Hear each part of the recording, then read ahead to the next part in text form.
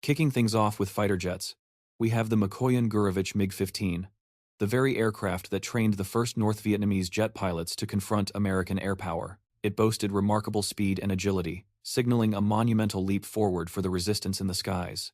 Next up, the Mikoyan Gurevich MiG-17. This particular fighter was a significant challenge for American pilots in tight-turning dogfights. While slower than U.S. jets, it could maneuver inside them, and its cannons could inflict devastating damage on heavy bombers. Then came the Mikoyan Gurevich MiG-19, the first supersonic fighter tasked with intercepting American strike groups at high velocity, though it was known to be a demanding aircraft to fly. However, it was exceptionally effective against the American air campaign. Following that, the Mikoyan Gurevich MiG-21, a sleek machine that became the premier interceptor against the U.S. It excelled at high-speed, hit-and-run missile attacks, establishing itself as the principal threat to American air superiority.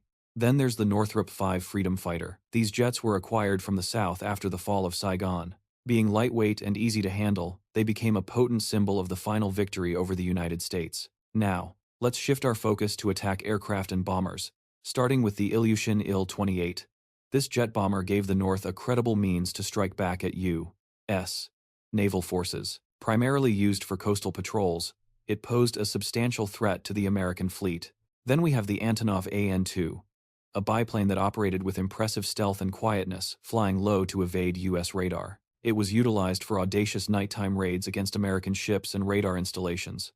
We also have the Douglas Aoni Sky Raider, a powerful piston-engine aircraft seized from the South. It could carry a larger bomb load than some jets and loiter for hours, making it a prized asset from the American withdrawal. And the Cessna, a 37 Dragonfly, small yet highly effective for engaging retreating forces. Its miniguns possessed an incredibly high rate of fire, making it the perfect instrument for jungle strikes against U.S. Allied forces. Let's not forget the North American 28 Trojan. This trainer, converted into an attacker, was involved in the early phases of the war. It was rugged and simple, often used to detect American movements within the dense jungle. Continuing with gunships, we have the captured U.S. Douglas AC-47 Spooky. This flying fortress, taken from the South, was a platform of rapid-fire guns that could unleash a torrent of thousands of rounds. It was a truly formidable asset from the American war effort. Next, the Fairchild AC-119 Shadow and Stinger, another heavy gunship appropriated from the South. It featured night vision and heavy cannons, and was employed against the remaining U.S. backed forces after dark. Now, let's examine the helicopters. The MiL-Me-1, a compact helicopter, was the first of its kind for the North. It was the platform used to train the pilots who would fly missions against the massive U.S. air armada. The MiL-Me-4 was a dependable workhorse for the North's transportation needs, moving troops and supplies across the jungle and bypassing U.S. ground blockades with ease. Then there was the giant MiL-Me-6, used to airlift North Vietnamese MiGs to hidden bases. This strategy helped the jets evade U.S. bombing raids, proving it was a master of heavy lifting. Finally, the MiL-Me-8, a legendary transport designed for harsh jungle combat. It evolved into the backbone for moving the North's troops and was the direct rival to the American Bell UA-1 Iroquois. As the defining symbol of American air power, repurposed units of this helicopter served as transports, fundamentally shaping the concept of air mobility during the conflict. The Boeing CH-47 Chinook, a colossal twin-rotor workhorse, was acquired following the American withdrawal, and was capable of deploying scores of soldiers. This aircraft became a crucial asset in the final stages of the war. Next up is the Hughes OA-6 Cayuse, a compact scout renowned for its exceptional agility. This repurposed loach could skillfully navigate dense tree cover, and was used to locate concealed American positions deep within the jungle. Now, we examine the Bell OH-58 Kiowa. As a light scout plane acquired from the South, it served as an indispensable eye in the sky for the North, able to maneuver in tight spaces to observe U.S. troop movements. Shifting our focus to transport and logistics, we have the Douglas C-47 Skytrain, a legendary transport that became a cornerstone of the North's logistical network. It ferried vital cargo across the nation, proving to be a dependable workhorse against the American blockade.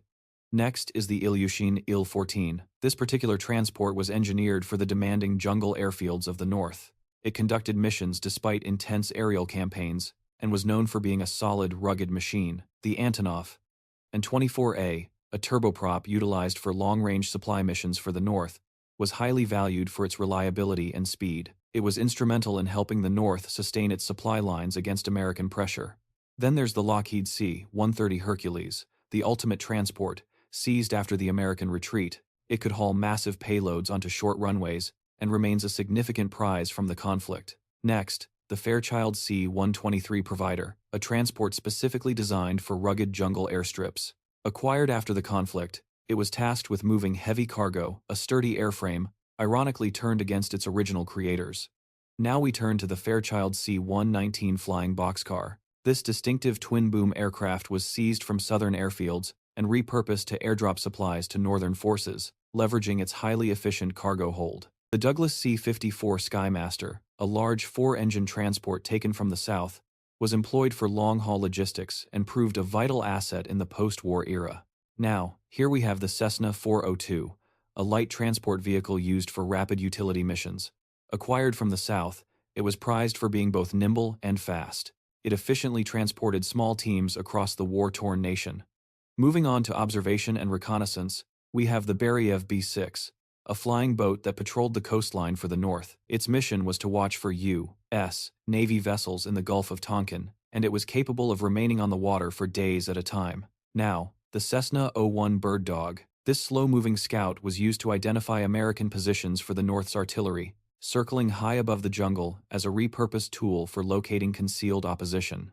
The Cessna 02 Skymaster, a unique twin-engine scout seized from the south, proved to be exceptionally reliable for spotting American units from the air. It ultimately became a key reconnaissance asset for the North. Finally, the Cessna U-17 Skywagon, a rugged aircraft captured from the south, could land on primitive dirt strips to resupply remote jungle outposts. Ideally suited for the North's mobile warfare was the Aero AE-45. This Czech aircraft provided light transport and communication, helping to coordinate the resistance against America's air campaign. It stood out as a modern, sleek machine. Next, we examine the training and specialized early war aircraft, beginning with the Yakovlev Yak-18. This primary trainer forged the very foundation of the North's Air Force, instructing the aviators who would later confront the United States. It was known for being exceptionally stable and easy to fly. The Nanchang CJ-6, a sturdy Chinese trainer, was instrumental in conditioning the North's pilots for the air war, proving to be both reliable and remarkably tough. For many pilots, the fight against the U.S. began right here. The Yakovlev Yak-11 was a powerful trainer that handled like a true fighter, preparing North Vietnamese pilots for jet aircraft. It was the crucial final step before facing American Phantoms. The Aero L-29 Delphine served as the first jet experience for the North's pilots, and it was both forgiving and reliable. This particular trainer paved the way for the jet-to-jet engagements against the U.S. Air Force. The Zlin Z-226, an agile trainer, was used to teach the North advanced dogfighting maneuvers. It possessed excellent control and was vital for learning how to outturn American fighter jets.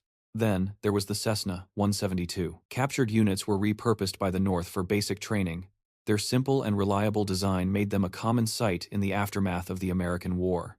The de Havilland Tiger Moth, an old biplane used during the earliest days of the North's Air Force, represented the humble beginning of the resistance against the coming U.S. intervention. Following that was the Fiesler Fi-156 Stork. This aircraft could take off from minuscule jungle clearings and was utilized by the North for early scouting, able to disappear from American surveillance within the thickest canopy. The Tachikawa Ki-54, a Japanese relic, was employed for early transport by the North.